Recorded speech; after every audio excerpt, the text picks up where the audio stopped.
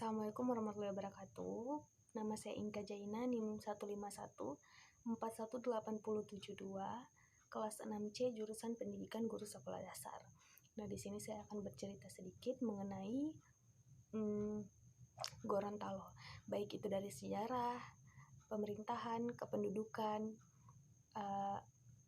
sosial budaya, dan juga perekonomian di Gorontalo. Nah, yang pertama ini sejarah. Jadi Gorontalo merupakan salah satu penyebaran agama Islam dari Indonesia Timur, di mana itu dibawa dari Ternate, kemudian ke Gorontalo, hingga ke Bone. Jadi seiring dengan penyebaran agama tersebut, Gorontalo merupakan salah satu wilayah perdagangan dan juga pendidikan yang diandalkan oleh wilayah sekitar seperti Bolaan Mongondo, Buol Toli-Toli, Lubuk Banggai, Donggala Sulawesi Tengah, hingga ke Sulawesi Tenggara. Nah, jadi Gorontalo merupakan pusat pendidikan dan perdagangan karena wilayah yang sangat strategis menghadap ke Teluk Tomini. Nah, dulu kota kerajaan Gorontalo itu berada di Kecamatan Telaga, dan pada tahun 1024 Hijriah, kota kerajaan ini dipindahkan di Kelurahan Dumini, Kelurahan Tuladenggi. Nah, kemudian daerah Gorontalo ada 5 Pohalaa, yaitu ada Pohalaa Gorontalo, Pohalaa Limboto, Pohalaa Suwawa, Pohalaa Bualemu, dan Pohalaa Atinggola. Nah, kata Gorontalo sendiri itu berasal dari kata Hulondalo. Namun karena pengucapan Hulondalo itu agak sulit, jadi dituliskan Gorontalo dan dibaca juga Gorontalo. Tapi tetap kami sebagai masyarakat Gorontalo tetap yang kami ketahui, dan orang-orang tua kami juga dulu menyebut Gorontalo dengan sebutan Hulondalo. Nah, Gorontalo dulu sistem pemerintahannya itu kerajaan, dan kalau sekarang sudah ada gubernurnya, sudah ada kepala-kepala desa, ada ketua camat, kemudian ada wali kota, dan masih banyak pimpinan-pimpinan lain. Nah, kemudian kita pindah ke pemerintahan Gorontalo. Jadi Provinsi Gorontalo ini terbagi menjadi 5 kabupaten dan juga 1 kota. Kemudian masing-masing wilayah administrasi tersebut terbagi lagi menjadi beberapa wilayah administrasi yang di bawahnya, yaitu kecamatan, desa, atau kelurahan. Nah, pemerintah Provinsi Gorontalo merencanakan pembentukan daerah otonom baru yang nantinya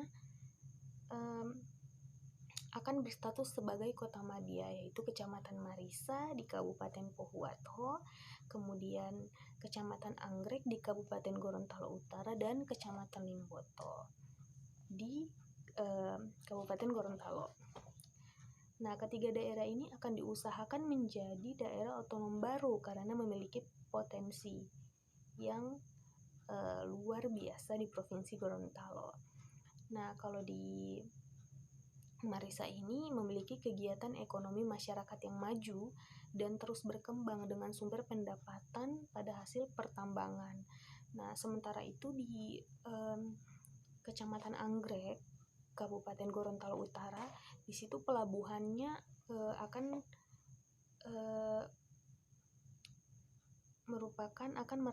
akan menjadi pelabuhan Nusantara yang berskandal internasional. Jadi cocok juga untuk dijadikan kota madya. Nah, yang ketiga ini ada Kecamatan Limboto. Kecamatan Limboto ini merupakan wilayah di mana masyarakatnya sangat menjunjung tinggi dan juga mengamalkan nilai-nilai budaya yang bisa dibilang mereka orang-orang Limboto itu kalau ada acara ataupun rangkaian acara pernikahan atau apa saja itu pasti mereka sangat menggunakan adat sesuai dengan yang sudah ada dulu-dulu, dan juga adatnya masih sangat lengkap. Kalau kami yang ada di kota ataupun Kabupaten Gorontalo, di Telaga atau lain sebagainya, mungkin adat istiadat yang kami pakai saat pernikahan dan acara-acara lain itu tidak selengkap yang ada di Limboto. Jadi itu adalah salah satu alasan kenapa Limboto dijadikan sebagai akan diusulkan menjadi kota madya. Nah, kemudian kependudukan Gorontalo. Nah, kemudian kependudukan yang ada di Gorontalo. Kependudukan Gorontalo ini, jumlah penduduk di Provinsi Gorontalo pada tahun 2013 sebesar 1 juta sekian, terdiri dari laki-laki, perempuan. Nah, tentunya. Nah, di Kabupaten Gorontalo ini sendiri, pertambahan atau perkembangan penduduk di setiap tahunnya berbeda-beda ya. Kadang angka kelahiran lebih banyak daripada angka kematian. Jadi jumlah penduduk juga tidak merata pada setiap tahunnya. Kita hanya bisa mengira-ngira, tapi ada badan tersendiri ataupun ada petugas tersendiri yang menghitung semua data-data penduduk di kabupaten, kota, ataupun di Provinsi Gorontalo. Nah, kemudian untuk sosial budaya, berbicara soal kehidupan sosial dan budaya yang ada di Gorontalo. Tentunya saya sendiri sebagai orang Gorontalo asli itu merasakan bagaimana kehidupan sosial dan budaya yang ada di sini. Gimana ya kalau sosial sama budayanya? Orang Gorontalo itu kalau masalah budaya atau adat istiadat, kita sangat menjaga dan tetap melestarikan budaya kita. Buktinya saja ya, ketika ada acara, rangkaian acara apapun itu, kita selalu menggunakan adat dan juga tetap pada syariat agama, begitu. Nah, kalau untuk kehidupan sosialnya Gorontalo ini, kita orangnya baik-baik dan kami juga banyak di sini, banyak pendatang kan yang datang ke Gorontalo, banyak pendatang di sini dan menerima dengan baik, mungkin bisa menjadikan mereka teman dan lain-lain. Tapi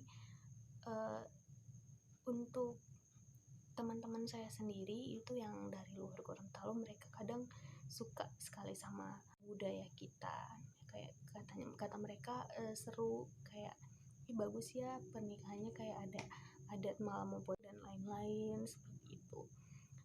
Dan kita juga masyarakat Gorontalo bisa menerima dengan baik kehidupan sosial di daerah Gorontalo ini. Cukup baik, semuanya tergantung perilaku setiap individu. Intinya. Nah, yang terakhir adalah perekonomian di Gorontalo.